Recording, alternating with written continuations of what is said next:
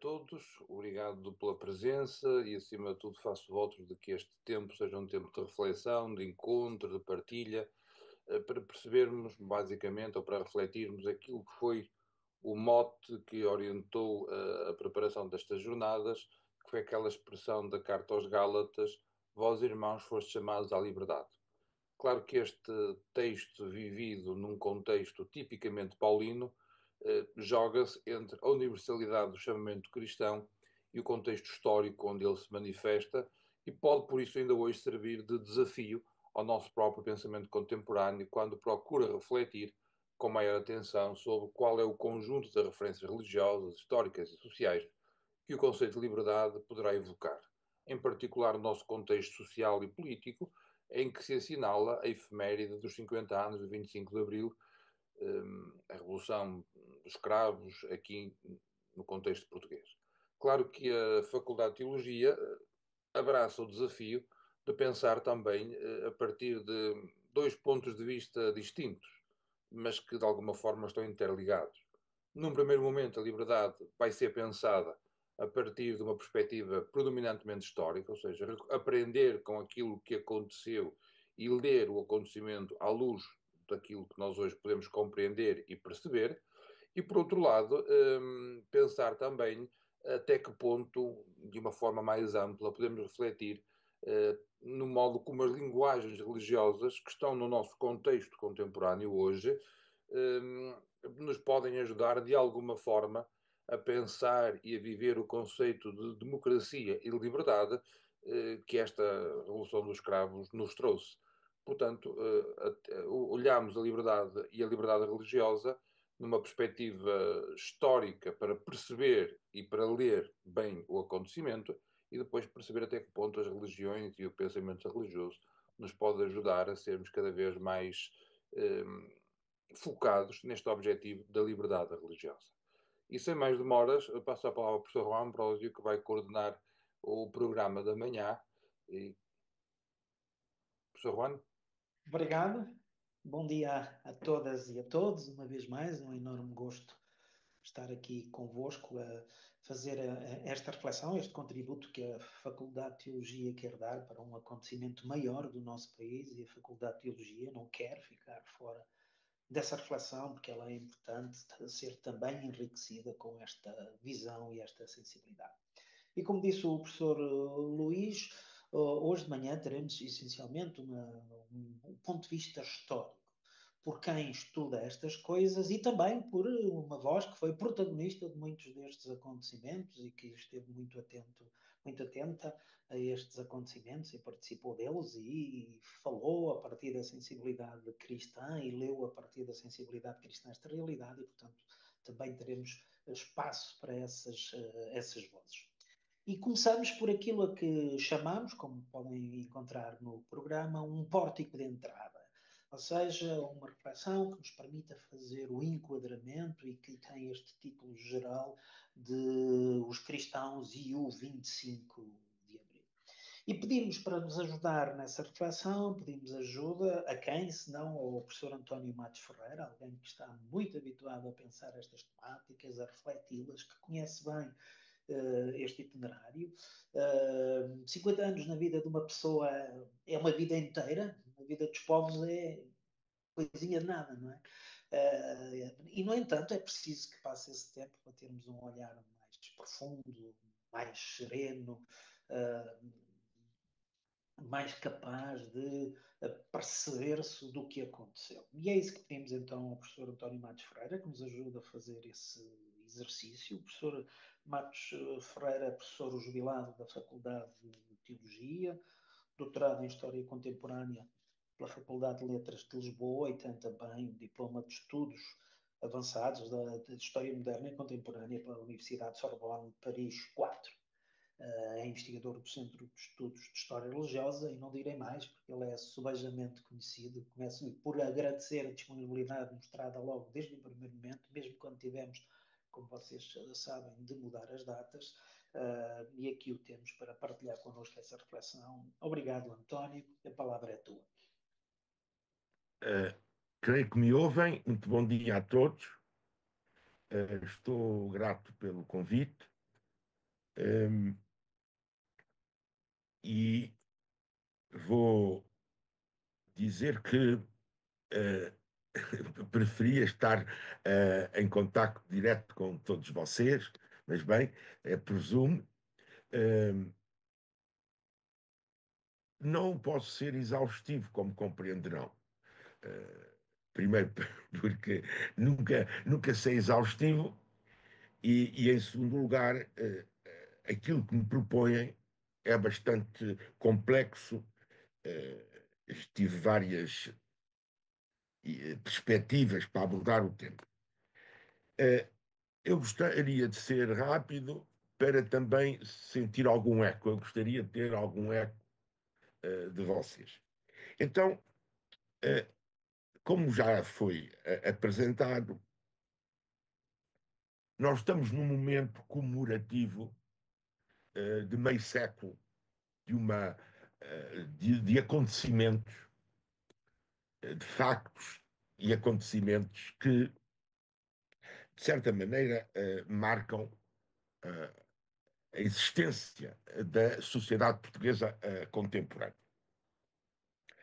Uh, essa, essa mudança foi pautada por três palavras. Portanto, a palavra descolonizar, democratizar e desenvolver. Todos nós sabemos isso. Mas estas três palavras, hoje, 50 anos depois, têm que ser trabalhadas também por pelas questões de três níveis geracionais. Eu insisto nisto. Nós temos pessoas, e estou aqui a ver pela internet, pessoas que foram contemporâneas, como adultas, destes acontecimentos, destas mudanças, que não foram simplesmente uma coisa, foram processos muito complexos, como são sempre as questões na sociedade quando não as abordamos de uma maneira simplista. E portanto, há uma geração que reivindica apropriadamente ter estado naquele momento anterior e posterior, mas naquele momento que define esses dois referenciais, o antes e o depois. Depois nós temos também um outro nível geracional, que é o nível geracional que nasceu nesse contexto. Por exemplo, isto teve repercussões numa célebre história, isto expressa-se numa célebre história que é a de porque é que uma criança chorava muito ali por hora do jantar. Perguntavam-se os vizinhos. E a resposta era porque os pais iam para reuniões. Portanto, havia um ambiente.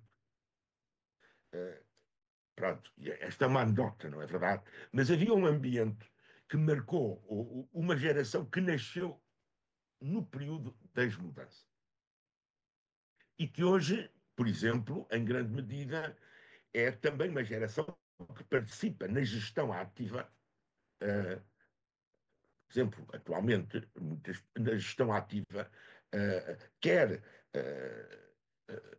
da sociedade, quer na igreja. Começa a sentir-se, por exemplo, que os dirigentes que se têm aos níveis da ação política ou da ação eclesial são pessoas que já nasceram depois de 25 de Abril e que receberam uma herança que eles próprios a reformulam. E tem muito a ver com a questão do ambiente familiar e depois do ambiente social onde cresceram, ou crescem. Nós crescemos até ao fim. E essa geração é uma geração que se pode dizer que também transporta a memória do 25 de Abril. Não diretamente, mas nas consequências do que era o ambiente gerado nessa época. Portanto, há 50, 40 anos, 30 anos, até porque é recorrente na nossa vida pública e privada referir-se exatamente isto. O 25 de Abril, quando foi o 25 de Abril, depois as pessoas falam das suas memórias antes do 25 de Abril e depois falam das suas memórias depois do 25 de Abril. E, portanto, essa segunda nível geracional já herdou esta articulação das coisas de uma outra maneira, já com alguma distância de tempo. E, finalmente, eu falaria de uma terceira geração, que é a geração que, no fundo, neste momento, se confronta com as comemorações e que do 25 de Abril não tem memória. E mais complicado do que isso, não tem memória do que era a realidade propriamente dita. E, por exemplo, eu fui professor durante muito tempo, havia gente, quando eu comecei a dar aulas, que sabia o que era passar um dia entre Lisboa e Porto de automóvel para poder fazer a viagem, ou para o Algarve. Hoje nós vivemos numa sociedade em que as pessoas não imaginam, não sabem o que é não ir ao Porto, ou não ir, ou não ir ao Algarve sem ir para a autoestrada. Isso é muito importante. Porquê? Porque esse desenvolvimento, diríamos assim, não só transformou a realidade física, a organização do espaço, etc., mas, sobretudo, tem consequências mentais. Nós hoje vivemos, acelerada ainda pelas transformações tecnológicas, uma cultura do instante. O 25 de Abril não havia a possibilidade de fazer uma sessão como estas, porque seria provavelmente, teria acontecido provavelmente outras coisas, certamente, e a tecnologia alterou profundamente. E são pessoas que vivem referenciando-se ao 25 de Abril, mas com dificuldade, a não ser teoricamente, lidar com uma realidade que tem acesso através das narrativas construídas. E este, para mim, é um ponto importante que gostava de assinalar, que está em jogo neste momento, neste ambiente comemorativo. São as análises críticas. Como é que nós podemos analisar criticamente as narrativas existentes, sem defraudar o que as pessoas pensam, mas ao mesmo tempo limitar uma coisa que é extremamente perigosa, que é a mitificação da realidade.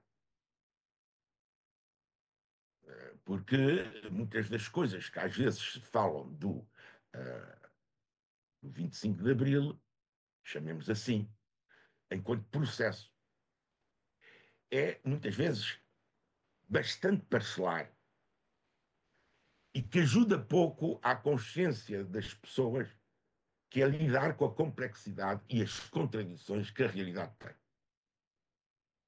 A realidade não é uma coisa, a realidade que todos nós vivemos, seja ela de natureza política, seja ela de natureza cultural, seja de natureza eclesial, no caso que nos referimos aos cristãos. Portanto, eu chamaria a atenção para este ponto, que é, valeria a pena também meditar sobre os mitos construídos em torno do 25 de Abril. Todos os regimes, todas as épocas constroem os seus mitos, autorrepresentam-se.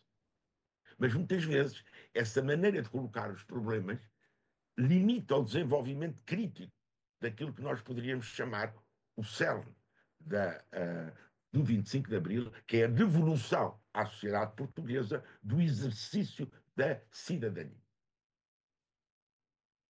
E este aspecto do exercício da cidadania tem enormes implicações e coloca enormes desafios à própria consciência cristã dos indivíduos e dos grupos. Um desses aspectos, obviamente que eu não vou entrar, não vou entrar em todos os detalhes, mas quero, em torno do que acabei de dizer, quero sublinhar duas coisas, porque 50 anos é pouco, um século pouco é, um milénio vai. Mas a história da humanidade tem por vezes a consciência de que há grandes mudanças, grandes rupturas, e ao mesmo tempo que há grandes continuidades. Porque é um bocadinho como o mar. Quando está a maré cheia, vem tudo. Mas depois, quando a maré vai vazia. E quando a maré se torna vazia, é bom analisarmos o que o mar, entretanto, deixou. Só que o mar continua a ser mar.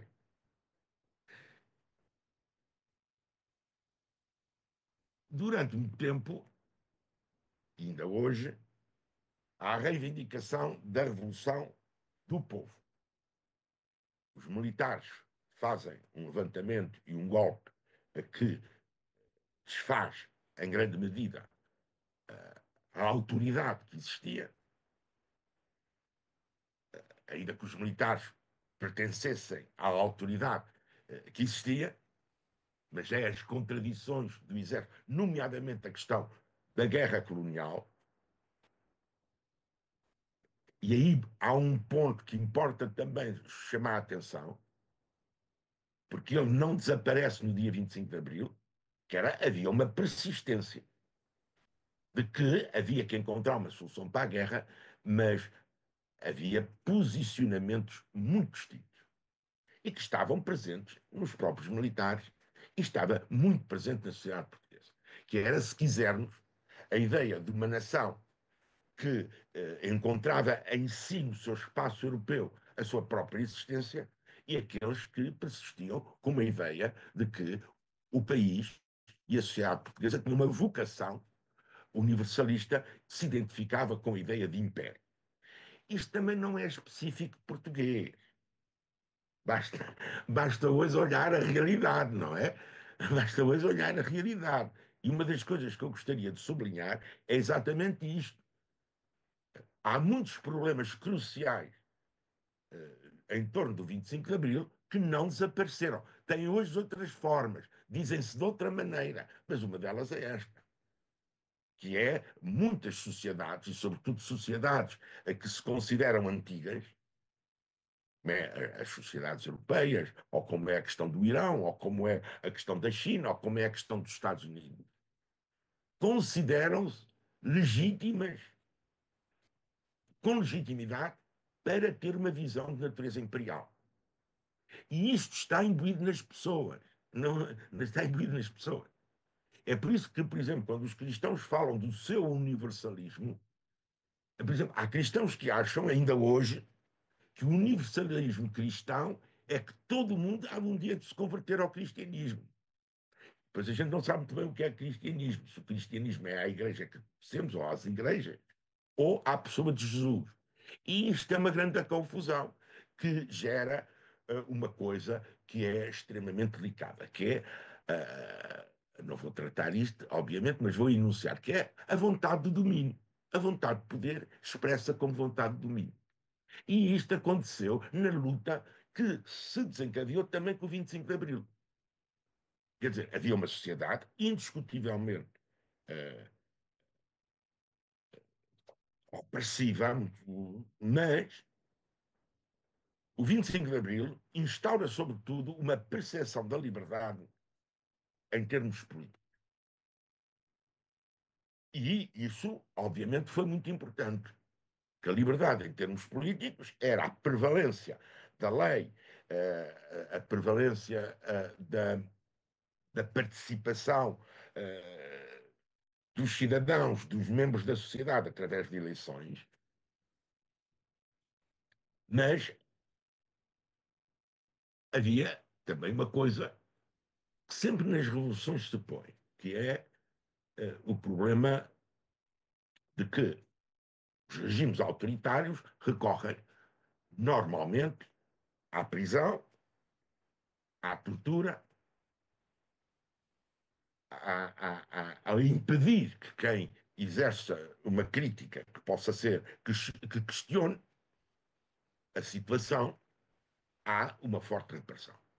E isso temos que reconhecer que, mesmo com as mudanças e o esforço de muita gente que existia no interior do regime para alterar essas coisas, havia um regime que se segurava através disso. E isto é também uma lição que devemos aprender, talvez, nós aqui na nossa realidade portuguesa, que é todos os regimes que recorrem para eliminar o contraditório à prisão, à tortura, são regimes claramente ditatoriais e que têm uma vontade de domínio que pressupõe poder esmagar qualquer pessoa. E, meus amigos, isto tem hoje uma atualidade para lidarmos com a realidade de uma maneira compreensível.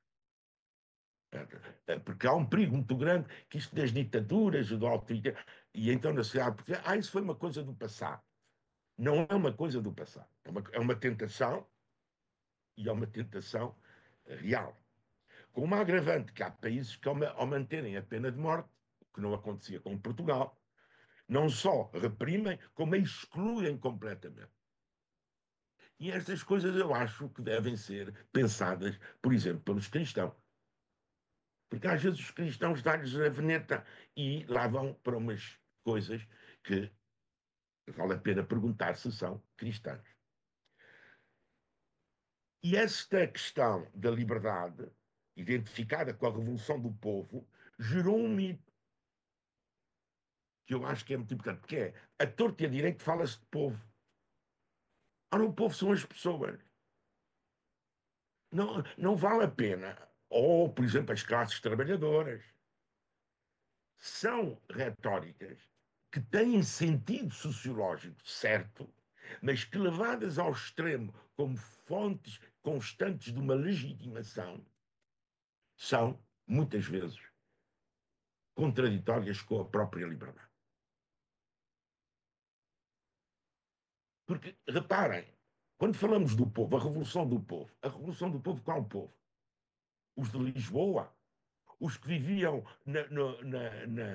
nas serras e nas aldeias de trás-os-montes. Não foi por acaso que houve tais sessões de animação cultural levadas a cabo pela Quinta Divisão, que visava exatamente o quê? Fazer proporcionar uma revolução mental que levasse essas populações a aderir. Portanto, quando se diz que o povo aderiu, vamos com calma, quer dizer, aderiram uns, provavelmente os mais urbanizados, mais ligados aos setores industriais, sem dúvida. Mas a sociedade portuguesa, no 25 de Abril, nem toda aderiu. Até porque não aderiu a uma coisa, isso é evidente, que era se a Revolução punha fim à guerra. Porque exatamente nessas populações, a guerra tinha tinha uma grande. Era muito impactante, como agora se diz. Porquê? Porque exatamente ia recrutar os mancebos numa idade em que era a idade do casamento, de começar a substituir no trabalho das terras os familiares mais velhos, etc, etc. Não me vou alongar com essa análise, que importa colocar, porque muitas vezes a generalização é construtiva de mitos. A segunda questão que eu queria também pôr, que é as sociedades tendem a potenciar as dicotomias e a cristalizar dualismos.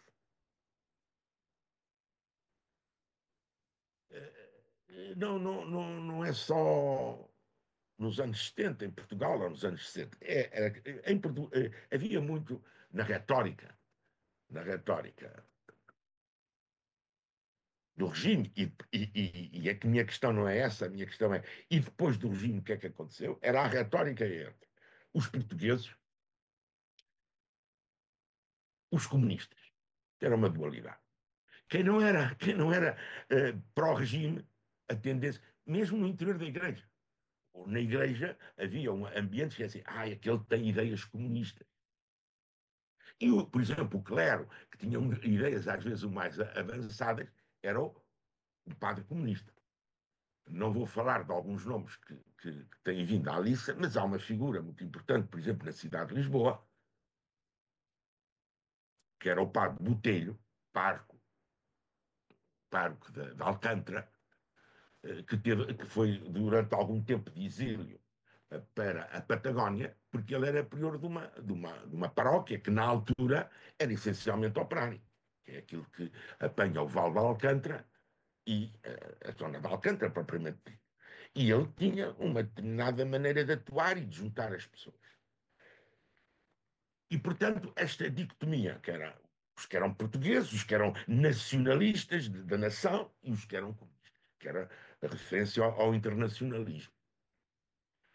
Para depois não falar numa coisa que nos anos 60 eu era muito novo, muito pequeno, mas a primeira vez que eu ouvi falar de terrorismo, agora a torcida direita fala-se de terrorismo, não é?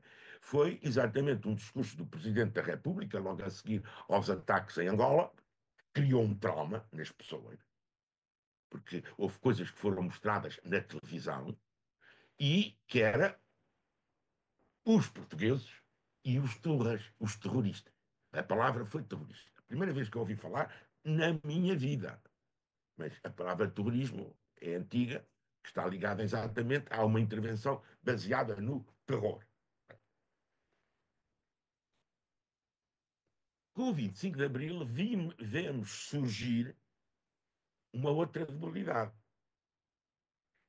e que teve o seu peso em momentos cruciais, que era os que estavam a favor do que acontecia, dos acontecimentos, eram democratas e os outros eram fascistas. E o leque do fascismo era muito amplo. É uma coisa muito interessante. Nós nunca apurámos exatamente, não as pessoas da polícia política, mas a rede que alimentava a polícia política. Isto é, que criava um ambiente que existia na sociedade portuguesa e que às vezes também existe, que é da delação. Eu não sei se as pessoas têm consciência que muitos programas da televisão, sobretudo os da manhã, com imensas reportagens, etc., são programas, em certo sentido, delatórios. Sofisticadamente. Sofisticadamente.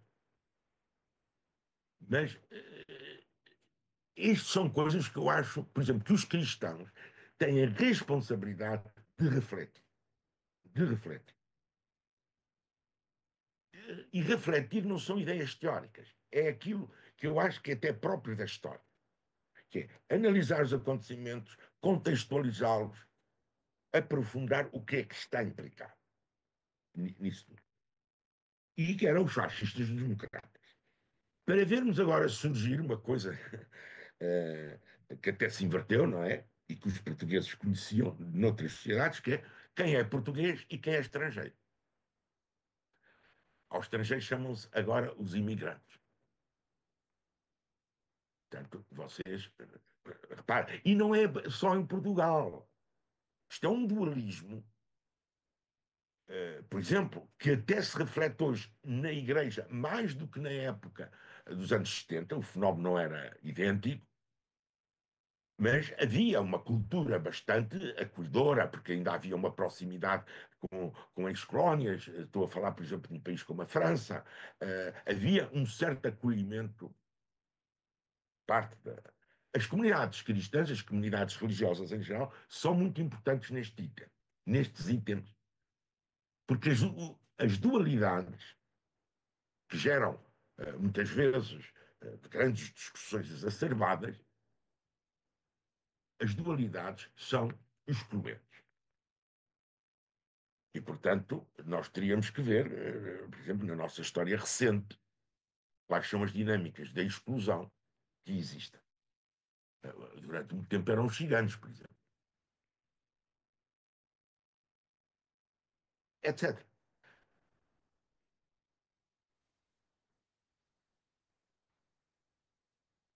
Vou tentar abordar muito rapidamente a questão do contexto, porque o contexto do 25 de Abril é muito importante para percebermos as próprias implicações uh,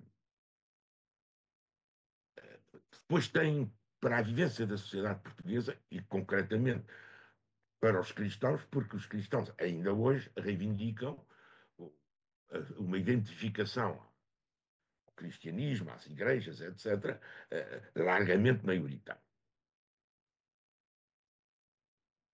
O 25 de Abril é muitas vezes apresentado de maneiras diferentes, razões, mas há uma que é indiscutível, que é a descolonização. E muitas vezes é apresentado como a última descolonização. Como estão a ver, até pelos acontecimentos 50 anos depois, a descolonização portuguesa não é a única, nem a última. Sobretudo, não é a última. Devemos considerar isso, se não tivermos em conta o fim do regime da apartheid e depois o que se passou no Zimbábue, portanto, a chamada África do Sul, e na zona da África do Sul, onde também se poderiam incluir, de certa maneira, Angola e Moçambique, elas são descolonizações em África. Mas como vocês percebem perfeitamente, o que eu quero dizer, hoje está em jogo, em muitos sítios do mundo, formas de colonialismo. Porque o que é o colonialismo? O colonialismo é uma relação que, no fundo, restringe a liberdade de sociedades e povos que querem uma autonomia, mas que a tal lógica imperial, seja ela turca, seja ela iraquiana, seja iraniana, seja chinesa, seja a dos Estados Unidos, seja impede essa liberdade dessas sociedades.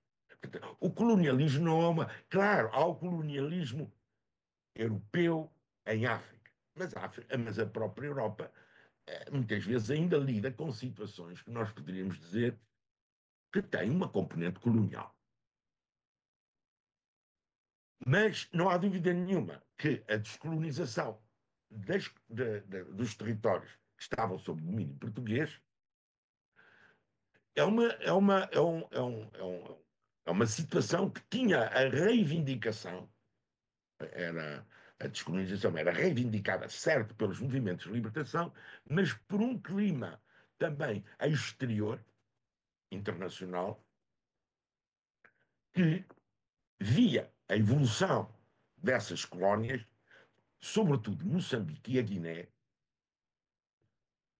evoluírem para uma situação difícil para as potências ocidentais, que era o início, sobretudo, porque com Brezhnev e Gromyko, etc., tinha havido uma penetração importante em África, e a África tinha, apresentava nessa altura, via do nacionalismo africano, grande proximidade com o regime soviético.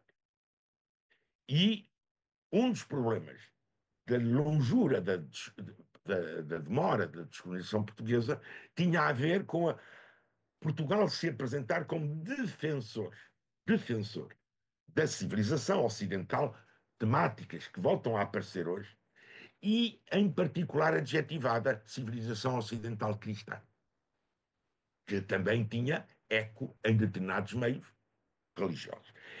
O que eu quero dizer é assim, atenção, para nós que somos cidadãos e que somos estudiosos,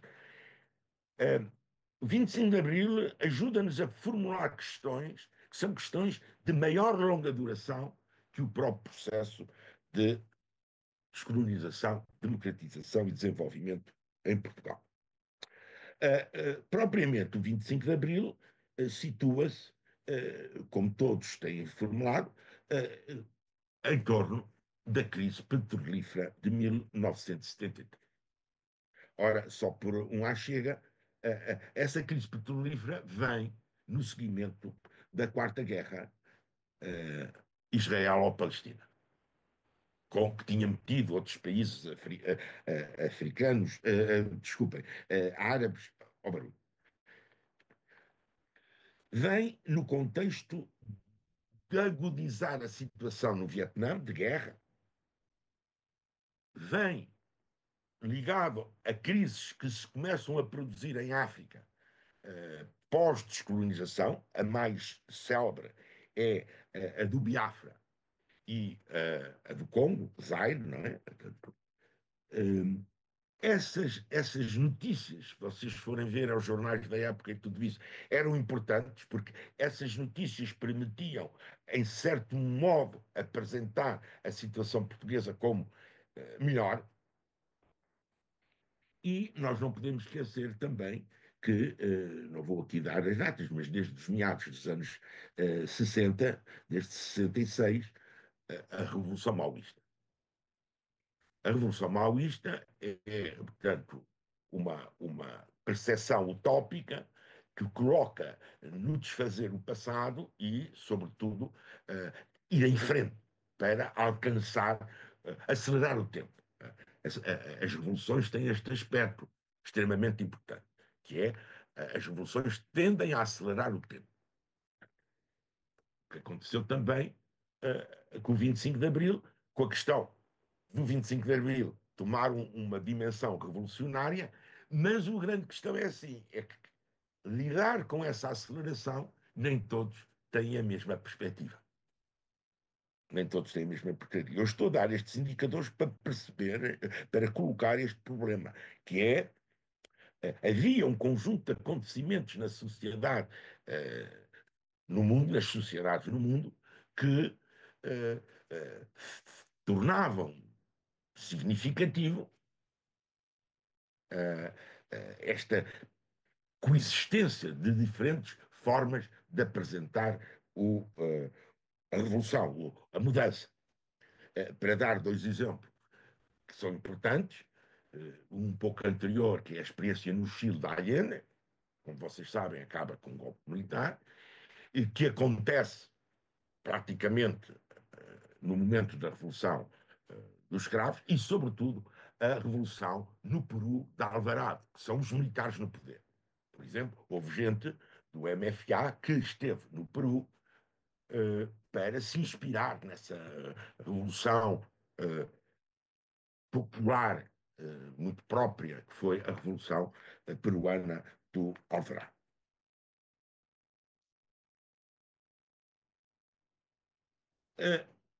Se quisermos pôr ainda alguns elementos para compreender 25 de Abril, o enquadrar, e depois o tempo que se lhe segue, nós temos alguma coisa, muitas vezes costuma ser, o 25 de Abril, os anos 60, são os anos de maio de 68, certo.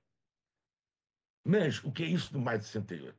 O maio de 68, genericamente, é uma revolução, se quisermos, são rupturas profundas nas sociedades mais desenvolvidas.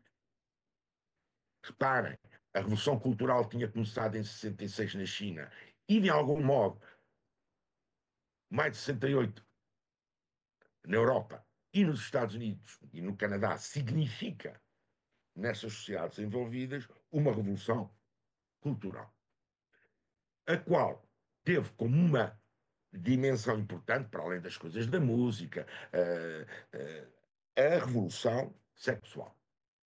E a revolução sexual é uma revolução cultural. Não é o problema das pessoas terem relações sexuais. É um problema cultural.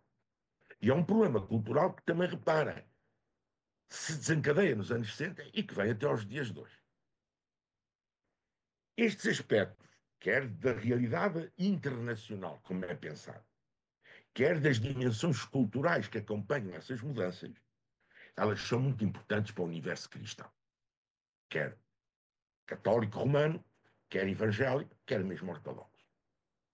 Portanto, a Revolução do 25 de Abril, na minha perspectiva, não é ela que inaugura um tempo, certo? Há, concomitantemente, processos de democratização na Europa, certo? Mas não ponhamos essa excitação, mas reflitamos sobre o que é que estava em jogo.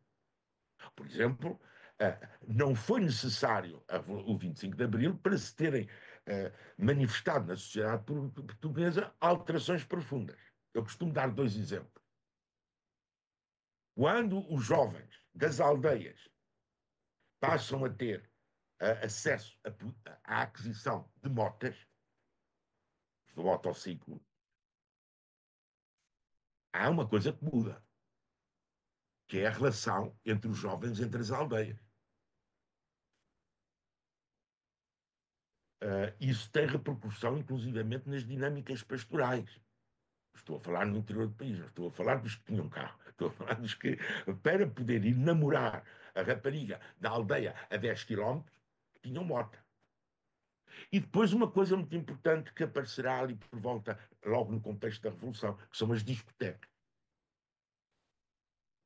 Portanto, esta questão de integrar o 25 de Abril também numa profunda revolução de costumes, de hábitos, que era certo a música, etc. Mas eu sou sensível à questão dos meios que as pessoas têm para poder fazer coisas diferentes. E, portanto, a questão da liberdade, que vocês têm aqui como título, chamados à liberdade, que aqui, exatamente porque somos chamados à liberdade, trata-se de um processo, mas de um processo relacional. Não há liberdade. A liberdade funda-se na relação. Eu sou livre na medida em que os outros são livres. E, portanto, a liberdade, enquanto processo e maturação da consciência, implica a interiorização de que as coisas têm limites, que há coisas a que eu tenho que renunciar. Ora, quando ela é simplesmente a liberdade reduzida à questão política, ela traduz muitas vezes e reduz à mera luta de interesses e não a uma cultura necessariamente de compromisso. Compromisso não é comprometimento, não é, se quisermos, diminuir os meus interesses. Então, para ir terminando, que já vai sendo hora, não é verdade?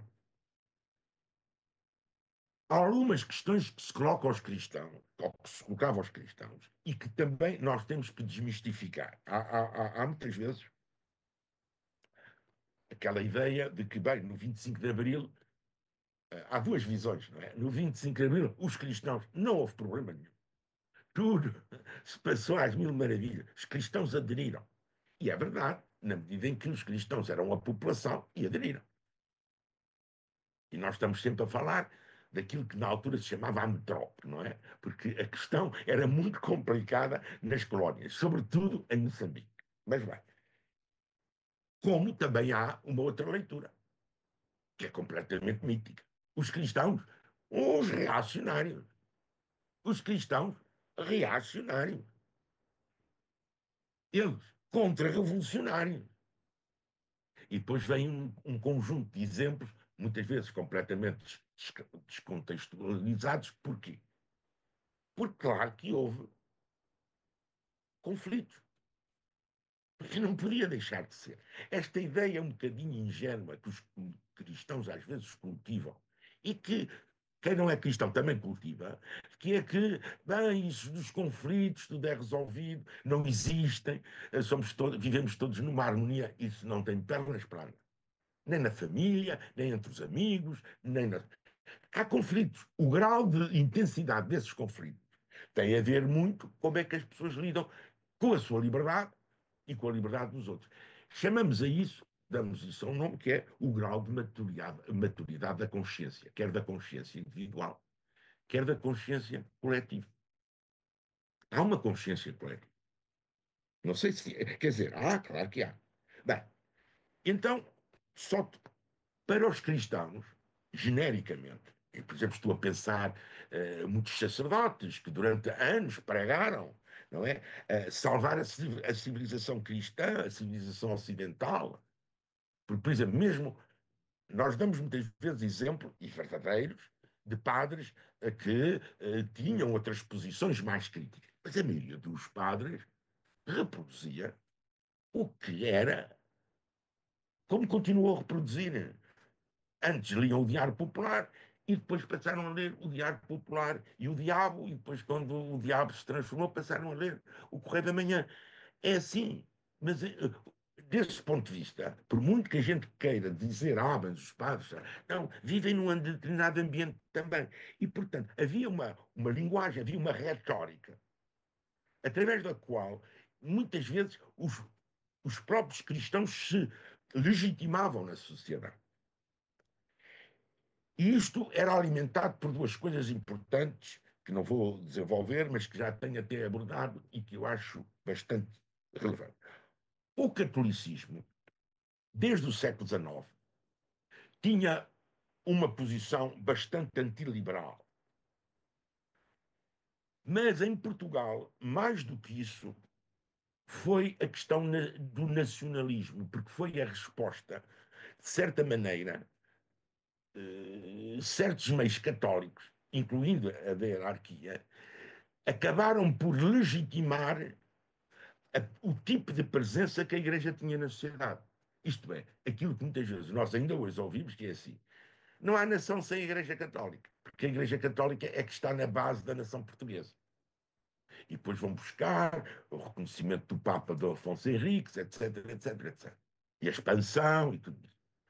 E isso no século XIX foi muito importante, porque na altura do ultimato, para além de haver os governantes que estavam, eram governantes, uh, uh, havia bastantes governantes católicos, e isso foi alimentado com a questão do ultimato. Contra o quê?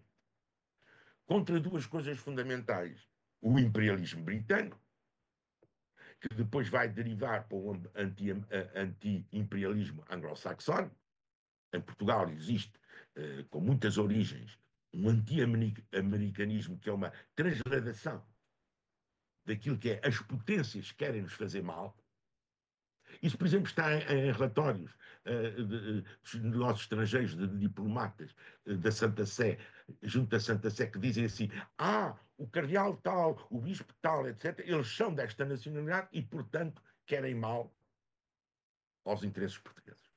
Portanto, e eu estou a dar isto como um exemplo, isto é o retrato disso, do nacionalismo eh, que é fortemente. E também é um nacionalismo que vai construir na gesta, que há uma construção historiográfica no século XIX que elabora a gesta, por exemplo, é no século XIX que ganha relevo uma obra, depois no Estado Novo vai-se generalizar, que são os Lusíadas.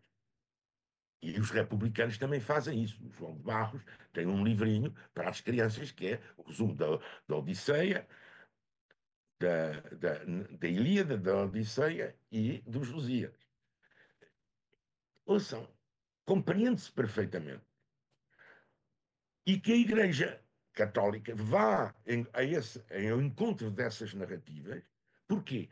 Porque, efetivamente, a Igreja Católica, sobretudo ao nível da sua estrutura eclesiástica, foi a grande instituição de enquadramento da população. E ainda hoje, em muitos aspectos, o é. Portanto, esse nacionalismo existia, era forte, e sentia-se confrontado com aquilo que tinha sido as grandes mudanças, desde o século XIX também, do catolicismo. Não vou agora analisar essa componente, mas não é por acaso que muitos dos padres e dos leigos que mais problemas tiveram com o regime do Estado Novo eram pessoas que tinham ido estudar lá fora. E sobretudo em meios que não eram os meios mais tradicionais. E depois havia também uma outra coisa e então que depois foi muito potenciado pela interpretação dada à mensagem de Fátima, que é o anticomunismo. Ora, estes elementos que eu acabo de enunciar, mentalmente, predispunham os cristãos a lidar de determinadas maneiras com o 25 de Abril. Quer com a descolonização, quer, em particular, com o problema da democracia. Mas atenção, dizer isto é dizer talvez um pano de fundo, mas que não impede de valorizar coisas fundamentais, que era A Igreja era e é a Igreja Católica e as comunidades já se desenvolveram fortemente depois do 25 de Abril, são redes importantíssimas de relações. É verdade que as igrejas, em grande medida, são espaços de liberdade. Porquê? Não é porque estejam lá a computar contra os Estados ou os regimes, etc. Porque criam relações entre as pessoas e não há liberdade sem relações entre as pessoas. Ora, seria de destacar, e não vale a pena só absolutizar a ação católica, que há muitos exemplos, pois nós vamos encontrar de redes que se assentavam em comunidades, em paróquias, na ação social, em movimentos católicos cristãos. Alguns deles que tinham contribuído para colocar na sociedade portuguesa outras práticas. Esta é a Semana da Teologia Prática. Outras práticas. E é este o problema cerne e as dificuldades que a Igreja encontrou no processo do 25 de Abril, que é como implementar práticas significativas que ajudem as pessoas que procuram uma resposta religiosa a amadurecer a sua própria consciência e a serem capazes de dar o seu contributo, isto é, nós dizemos participar. E aí temos que reconhecer uma coisa. A Igreja em Portugal, em muitas circunstâncias, genericamente, adotou discursos, às vezes deles, muito, chama-se isso, proféticos, de denúncia, sobretudo das questões sociais, importantíssimo, mas diminuiu a grande capacidade de lidar com a sociedade. Porquê? Na minha opinião, porque se voltou para dentro de si próprio. Mas nós não, mas nós não podemos esquecer o quê? Que houve casos, situações que traumatizaram também essa dificuldade dos católicos. Estou a falar da maioria, não estou a falar daqueles que são líderes, militantes, etc. E vou dar por, logo no início, o processo do divórcio, voltarei depois no fim a ele, o processo do divórcio correu relativamente bem. Porque a Oh, sociedade, António, 5 minutos, está bem? porque a sociedade estava, obrigado, porque a sociedade requeria isso. Já não se vão passar questões a posterior.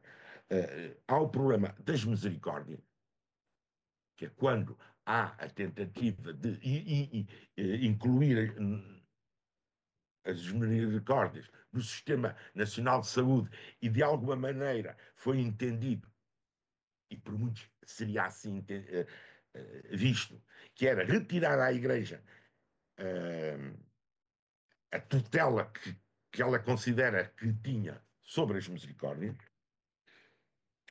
Há um caso que agrava esta sensibilidade, que pode parecer anedótico, mas que durante o 25 de Abril há um grande cuidado de lidar com a hierarquia católica. Mais, por exemplo, certas figuras políticas, para além de ter uma grande proximidade, por exemplo, ou com o Bispo de Lisboa, o Patriarca Dom António Ribeiro, ou com o Dom António Ferreira Gomes, eh, tinha havido um grande cuidado. Mas há um momento em que houve uma derrapagem, que é quando o arcebispo de Braga, Dom Francisco Maria da Silva, vai para um congresso, creio que um congresso eucarístico no Brasil, e no aeroporto o põem em cuecas para o revistar. Isso tem que perceber que isso assustou no sentido, claro, que houve católicos que intervieram, que nós temos que perceber que nem tudo se passa na praça pública, e que houve um recuo, porque havia o problema de um ataque direto de algumas posições à hierarquia católica. A hierarquia católica, tirando esse caso, não foi nunca diretamente à questão do Patriarca de Lisboa o cerco ao patriarcado com o caso da Rádio Renascença, mas foi retirado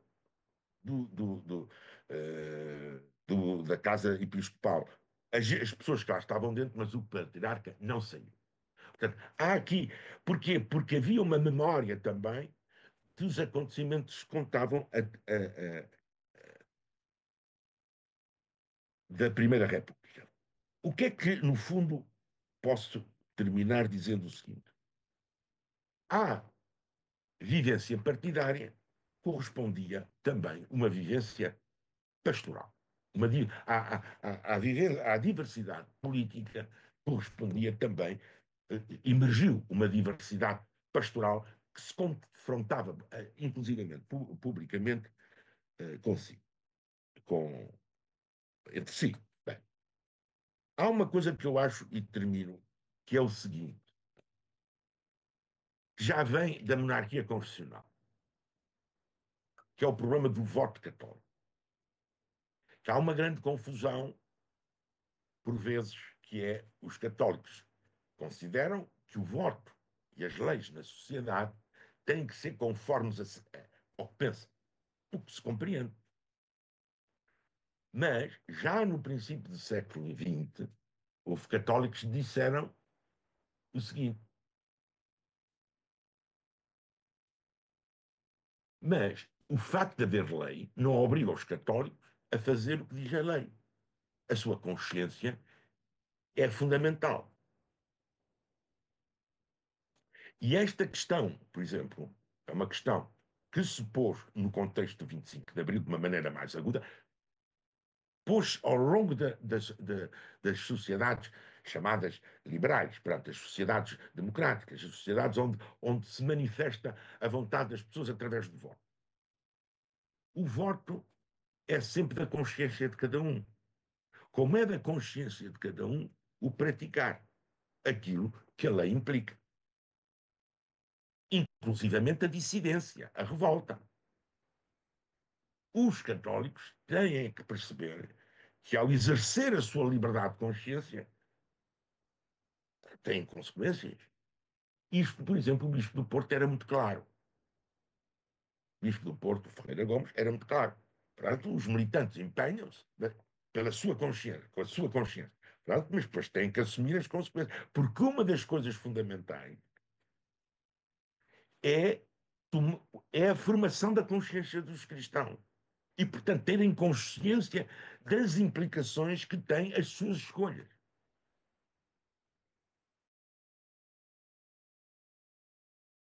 Eu acho um grande fio pastoral, que é como é que hoje, efetivamente, sem ser só do ponto de vista intelectual, se formam os cristãos na nossa sociedade. Muito obrigado.